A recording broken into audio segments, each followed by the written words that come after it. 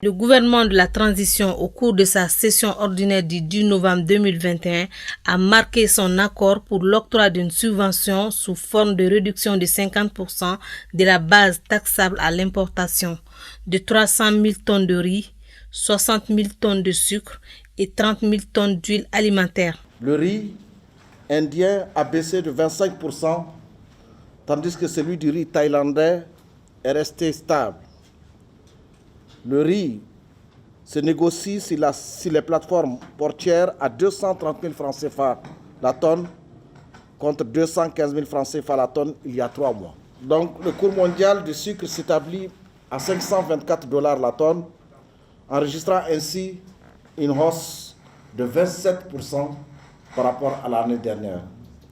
L'huile est négociée à 1181 $ la tonne, contre 918 $ la tonne l'année dernière et à la même période. Selon le conférencier, cette situation d'inflation a aussi eu des répercussions sur les prix des frais des conteneurs qui ont également pris l'ascenseur. En plus de ces hausses, c'est les prix, le fret, les conteneurs ont aussi augmenté parfois jusqu'à 40%. C'est le lieu pour moi de remercier l'ensemble des importateurs de blé et l'ensemble des meuniers du Mali qui ont anticipé sur cette crise et ce manque de blé qui pourrait se poser sur notre marché.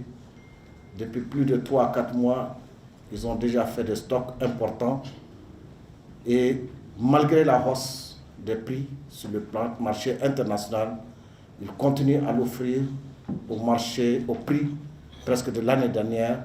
Et c'est ce qui fait que nous maintenons jusqu'à nos jours le pain à 250 francs et à 125 francs. Pour l'effectivité des prix indicatifs plafonds fixés dans le cahier de charges, le ministre a indiqué que les équipes de brigade de la Direction générale du commerce et de la concurrence, appuyées des éléments des forces de sécurité, seront bientôt déployées sur le terrain. Il ne s'agit pas seulement de faire des subventions pour les importateurs, mais aussi il va falloir aussi qu'on veille sur le prix pour que les populations qui sont à la base puissent accéder à ces produits selon les protocoles et les cahiers de charges établis à un prix abordable.